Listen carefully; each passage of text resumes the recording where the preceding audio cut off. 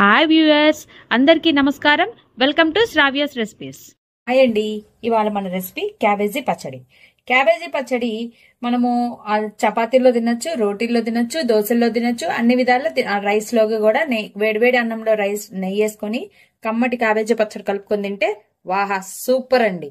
ఇప్పుడు అయితే దీనికి కావాల్సిన పదార్థాలు: క్యాబేజీ ఇలా తరుక్కొని పక్కన ఉంచుకోండి, వెల్లుల్లి రెమ్మలు, జీలకర్ర, కారం, ఇంగువ, తాలింపు గింజలు 2 ఎండుమిర్చి, నిమ్మకాయ, ఉప్పు, ఇక కరివేపాకు.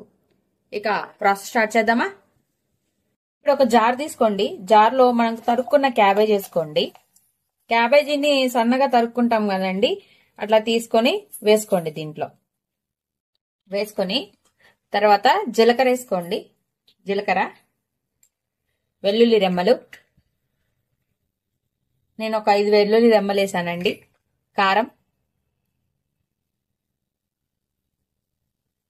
కారం వేసుకోండి సరిపడా.